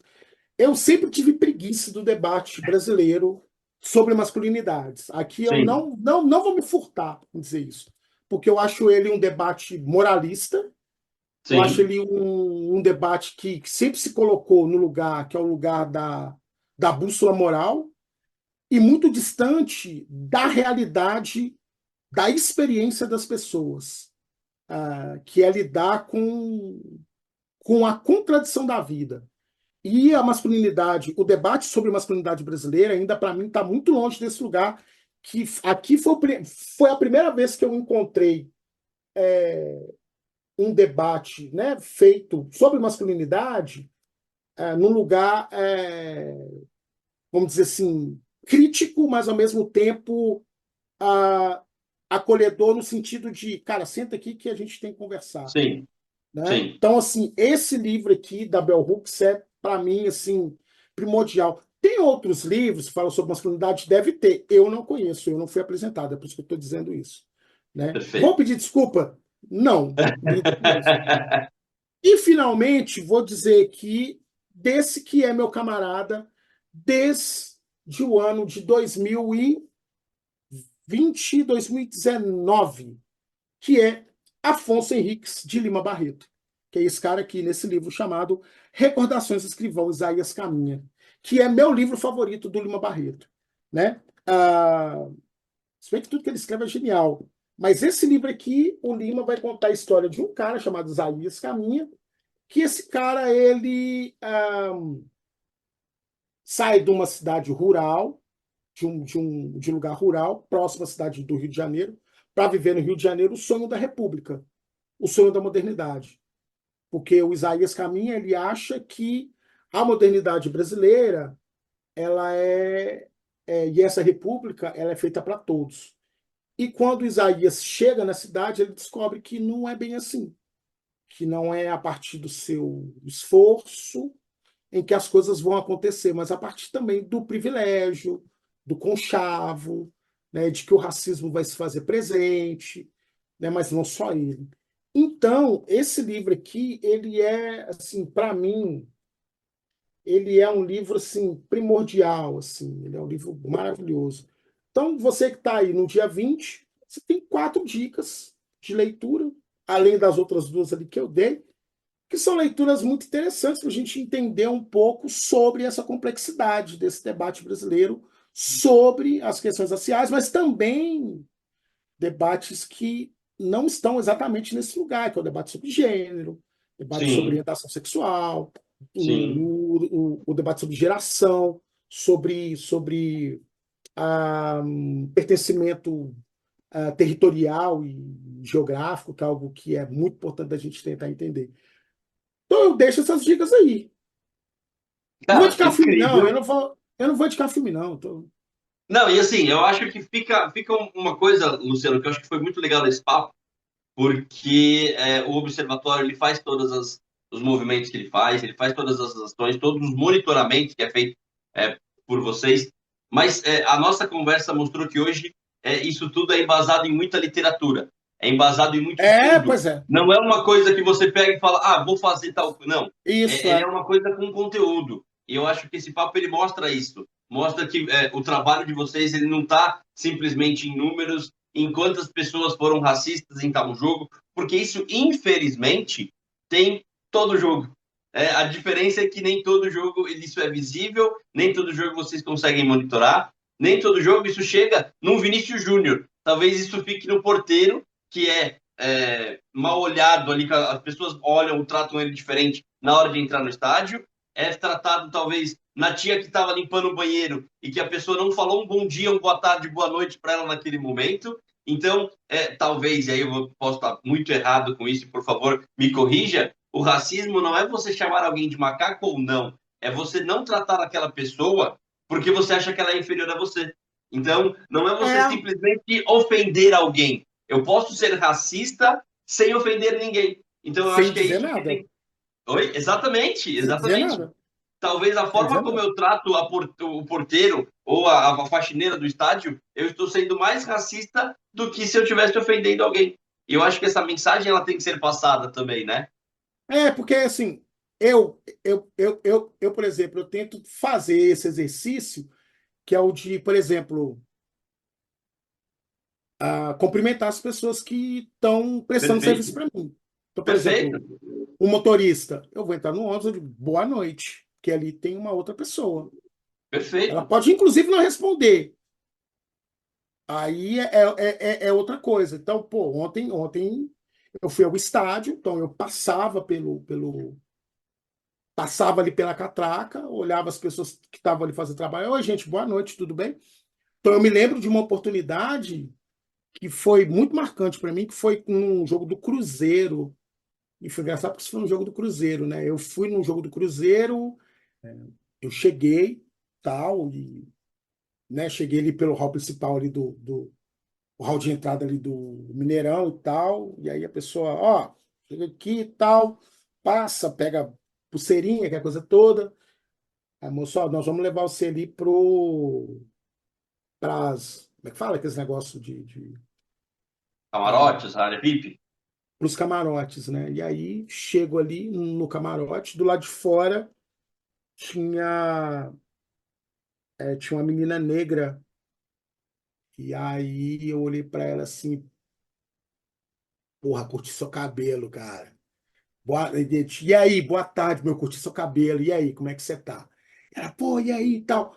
E aí é isso, assim. Porque você tem e aí eu não tô querendo dizer que, então tá certo, o Luciano falou que eu tenho que elogiar o cabelo. Não, calma, não, Perfeito, não é isso. perfeito, É sobre humanizar. É sobre perfeito, humanizar, perfeito. né? Porque a gente está lidando com vidas, assim, né? Eu sou um cara que eu sou professor da rede pública, eu não consigo tratar, por exemplo, as meninas que trabalham comigo e os meninos que trabalham comigo que fazem a limpeza da escola e tal. Eu não consigo tratá-las de outra forma. Às vezes eu ouvi falar assim, eu fiz uma cagada ali. Não, deixa que eu limpo. Não, não, não, não, não, eu já fui lá e limpei. Ô, professor, por que você foi? Não, gente, pelo amor de Deus, estava aqui. Às vezes eu não vou tirar as meninas. Não. Eu estou ali mesmo, eu faço. Eu pego ali o paninho ali, passo, tal. Perfeito. Não tem problema. Isso não é um demérito para mim e nem é uma forma de dizer, ah lá, como elas não fizeram de fazer. Significa mais aqui, pô, a pessoa tá tanto de tarefa, por que não? Né? Por que não? Por que não lidar com essas pessoas com um pouco mais de generosidade, com um pouco mais de carinho mesmo? Né? O que eu acho que esse é o ponto, cara. Assim. A dificuldade que a gente tem é em compreender que a gente está lidando com seres humanos, cara. Assim. Eu E acho que a gente até falou isso em outros programas que a gente fez recentemente. A gente tem feito falando sobre a iniciação, né? O quanto uma criança de 11 anos, às vezes, ela é cobrada pelo desempenho como se ela fosse um adulto. E aí a gente até comentou recentemente que a gente não está lidando com um atleta de 11 anos, a gente está lidando com uma criança de 11 anos, com uma que amanhã criança. pode ser um advogado, pode ser um médico, pode ser qualquer É, outra coisa, e talvez tenha todos esses gatilhos que você criou na criança ali. Por que que talvez a gente vive nesse mundo onde talvez não tenha você não cumprimenta as pessoas quando chega, você ameaça, entre aspas, uma criança que está jogando, você tem esse número altíssimo de preconceito, racismo, etc. Porque talvez falta uma palavra que ela deveria existir e deveria ser obrigatório, que é o respeito. que é o Então, a respeito. partir do momento que eu falto com respeito, não importa se a pessoa, se eu estou sendo racista, homofóbico, xenofóbico, eu posso estar cometendo diversas. Se eu não estou tendo respeito, eu estou cometendo um crime, né? E é É, exatamente isso que falta hoje em dia. e aí, assim, daí é lógico, né, que a gente não pode tratar isso no lugar do piegas, e não é disso que a gente está falando. Porque a gente também precisa de concretude, né? A gente precisa de política de assistência, a gente Sim, precisa sim, de sim, muitas sim. coisas. Mas eu acho que a gente também precisa pensar o dia a dia. Tipo, com quem eu tô. Como eu trato a minha Sim, esposa. Pô, a minha mãe perfeito, estava aqui perfeito. ontem, aqui, ajudando aqui em casa e tal. Ela sempre vem aqui, a cada 15 dias ela vem para dar uma força aqui pra gente e tal. E às vezes ela me tira um peso sinistro, assim, cara, tipo, em relação ao cuidado da casa, que eu tenho que cuidar da casa, escrever dissertação, tal. Então vira uma loucura. É, tipo, o que eu posso fazer em relação a isso que eu consiga, né? Isso é o dia a dia. Que aí é isso, assim, tipo, a militância se faz a partir desse lugar, né? O primeiro lugar da militância é esse lugar, cara. É o lugar da generosidade, sacou? É o lugar da. E aí eu não tô querendo dizer. E aí eu não tô, tipo, eu não tô falando de religião, eu tô falando de Sim, generosidade. É tipo, é daquilo que eu aprendi com um certo argentino aí, né? Chamado Ernesto, que ele dizia que a gente tem que ser duro às vezes, mas que a gente não pode perder a ternura, né? A gente tem que ser terno, tem que ter ternura, tem que ter sentimento. Porque senão a gente. Que é isso, né? Era o que estava rolando, eu estava vendo isso sobre a meninada jogando bola. Tá ali a meninada jogando bola, e aí agora o que tiveram que fazer? Isso para mim é maluco, cara. Né? Tem que proibir a entrada dos pais, porque os pais não sabem se comportar. E aí as crianças têm que dizer: olha, então, a gente está aqui porque a gente gosta desse negócio. Isso ainda não é um trabalho para a gente. Isso até tipo, a gente fez a conversa com o papai foi Kevin do Machado, o Kevin. Gilson, o pai é O o Gilson. Gilson, que o cara, por sinal, um abração pro Gilson, pro Kevin, pra família deles. E assim, e aí a gente via como o Gilson estava muito preocupado com a formação desse menino. E aí, assim, se ele vai ser atleta do âmbito. E é lógico que eu noto isso pelo pai, noto isso pela família, é lógico, assim, né? Que isso é o sonho dele, né? Mas a gente muda, cara. E pode ser que isso mude e o Kevin queira, saca? Queira ser artista, queira ser Perfeito. pintor, queira ser professor da rede pública, queira ser político, policial, saca? Ele pode ser o que ele for, mas ele não pode carregar os Caminhoneiro. gatilhos que ele vai sofrer, né? Os traumas. É isso, cara. Ele tem direito a escolhas. E essas escolhas, elas, obviamente, elas vão ser feitas também, né, levando em consideração o ônus e o bônus. Olha, Claro. você vai abrir mão disso aqui, você não vai ter isso aqui mais, mas você vai ter isso aqui.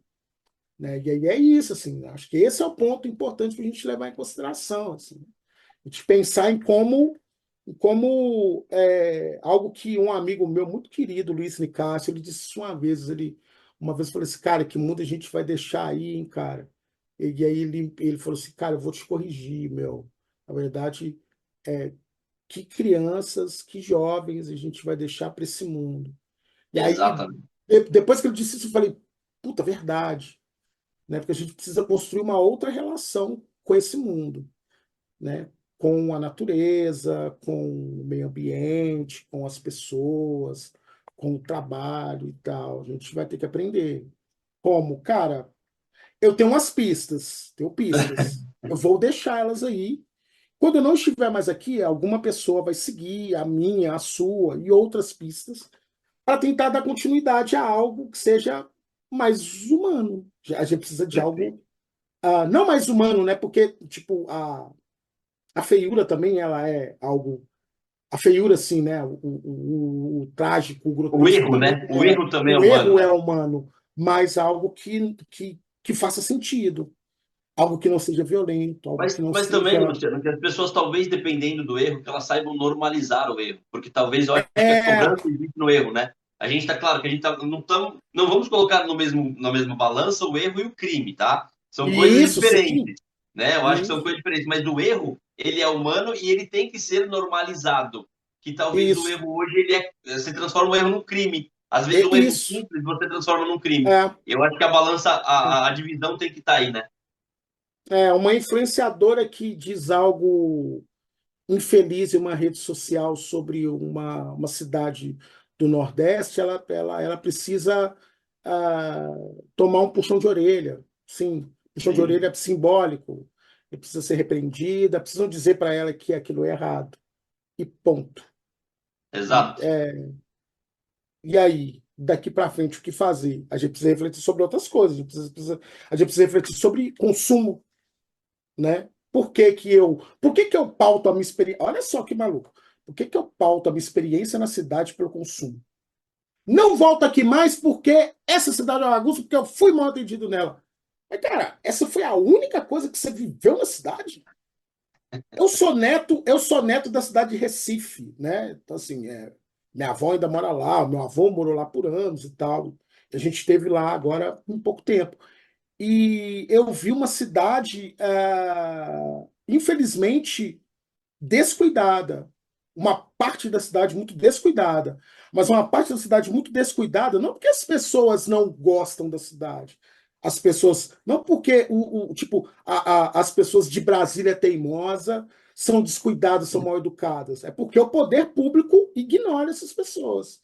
É meio aquele clipe do Michael Jackson, assim, né? Tipo, eles não se importam com a gente. Né? O poder público não se importa com Teimosa Brasília, mas Teimosa Brasília é teimosa. Ela persiste, ela faz cultura, ela promove a vida, né? Que é uma região, vamos dizer assim, mais humilde da cidade de Recife, mas é ali onde você vê resistência, onde você vê acolhimento, onde você vê restaurante de massa para você comer, gente legal andando pelas ruas, sacou? E essa é uma experiência sobre a cidade, que também comporta o consumo. O consumo faz parte, está ali. A gente Sim. não vive sem consumir. Agora, a minha experiência na cidade ela é muito mais que isso. Eu não posso pautar isso. Mas tá, eu errei. E aí? Não, então a gente precisa repensar o lugar do consumo. Né? A gente está pautando as nossas experiências pela cidade por aquilo que a gente consome, não por aquilo que a gente troca com as pessoas, os lugares que a gente vai, as praias que a gente vai, as pessoas que a gente conhece, os encontros, os bate-papo que a gente tem, sacou? E aí a gente tem que começar a pautar por isso, assim, sabe? Né? Tipo, ali em Brasília Teimosa eu fui numa praia que tava ali e tal, a praia humildíssima ali em Brasília Teimosa, uma prainha pequenininha. Cara, foi o dia mais gostoso de Recife. Que tava a gente sentado e do lado tinha um cara tocando, tocou Racionais, tocou uns brega, tocou uns funk e por aí foi. Eu ali, ó, tranquilão. E todos os tipos de corpos, todos os tipos de cores, e as pessoas ali, vivendo, né? E essa é uma experiência que para mim é significativa. Agora, isso é uma questão de aprendizado, a gente tem que aprender. Senão, a gente não constrói esse país. Temos acho que eu fecharia com essa palavra, irmão. Temos o país a construir. Quem? Todos nós, cara. A gente tem um país a construir. O caminho que ele está seguindo, a gente não quer. Então, qual é o caminho que a gente quer? É outro. Talvez a gente tem pistas aí. A gente já tem pistas, a gente tem que segui-las. É isso. Que demais, meu irmão. Muito bom. Eu tinha certeza que esse papo seria no nível que foi. Queria te agradecer de coração, não só por essa conversa, por essa aula, mas te agradecer também pela nossa parceria, que continua e que em breve teremos novidades. E deixar aqui seu último recado para quem ficou até agora assistindo o vídeo. E dizer que o Luciano vai encerrar esse vídeo agora, mas muito em breve ele está no papel invertido, tá? Ele está do outro lado da telinha fazendo as perguntas, porque é um cara que a gente continua tendo essa tabelinha aqui, que ele faz os gols, ele faz assistência, eu só fico monitorando. Meu irmão, obrigado por estar com a gente nesse podcast e nos nossos outros projetos. E as portas estão sempre abertas, meu irmão. Cara, só como últimas palavras mesmo, assim, que aí eu vou dizer para vocês aqui uma frase que ela é a seguinte, cara. O Lima Barreto ele era funcionário da Secretaria de Guerra e ele era um funcionário público. Uma vez ele sempre circulava e tal, e tinha um cara que sempre achava que ele era tipo uma espécie de office boy aqui, ó. Tipo assim, essa é a minha, essa a última parte que eu vou dizer para vocês, que eu acho que ela é importante, diz muito sobre esse debate que a gente teve hoje. É do dia 26 de dezembro. O Lima diz assim: hoje comigo deu-se um caso que, por repetido, mereceu-me reparo. E aí eu, o corredor afora, daqui do ministério, e um soldado dirigiu-se a mim, querendo-me se era contínuo. Contínuo, como eu disse para vocês, é uma espécie de office boy. É como se fosse um cargo. Lembra o que eu falei para vocês? Um cargo braçal, né? Sim. Aquele que só cumpre tarefa. Ora, sendo a terceira vez, a coisa feriu-me um tanto a vaidade. E foi preciso tomar-me de muito sangue frio para que não desmentisse com azedume. Eles, variada gente simples, insistem em tomar-me como tal. E nisso creio ver um formal desmentido ao professor Broca, que era um cara que foi professor dele, acho. Parece-me que esse homem afirma que a educação e beleza dá, enfim, outro ar à fisionomia. Por que então essa gente continua a me querer contínuo? Por quê? Porque o que é verdade na raça branca não é extensível ao resto. Eu, mulato, ou negro, como queiram, estou condenado a ser sempre tomado por contínuo. Entretanto, não me agasto. Minha vida será sempre cheia desse desgosto. E ele far-me-á grande. É isso. Só assim só que eu vou. Aliás, deixa eu só aqui continuar aqui, porque tem mais aqui. Era de perguntar se o argolo, vestido assim como eu ando, não seria tomado por contínuo. Seria, mas quem o tomasse teria razão, mesmo porque ele é branco. Quando me julgo, nada vale. Quando me comparo, sou grande. Enorme consolo. Então é assim que eu fecho. Com a frase, com um pensamento, desse que, na minha opinião, é o segundo maior literato da história do Brasil, né? Ficando atrás somente dele, o Machadão, ou Machado de Assis. Os dois maiores escritores da cultura brasileira. Só isso. Eu acho que os dois são no mesmo patamar. Mas isso é papo outro dia. Ó, vocês estão vendo que ele conseguiu dar uma aula nas suas palavras finais. Meu irmão, obrigado. Espero que vocês tenham gostado. Espero que vocês tenham, que vocês continuem acompanhando o nosso trabalho em parceria com o Observatório, porque eu te falo, vem muito mais. Algumas coisas que nem ele sabe que eu vou falar no off aqui, mas esperamos vocês nas próximas. Galera, obrigado, até mais. Tamo junto. Valeu, galera!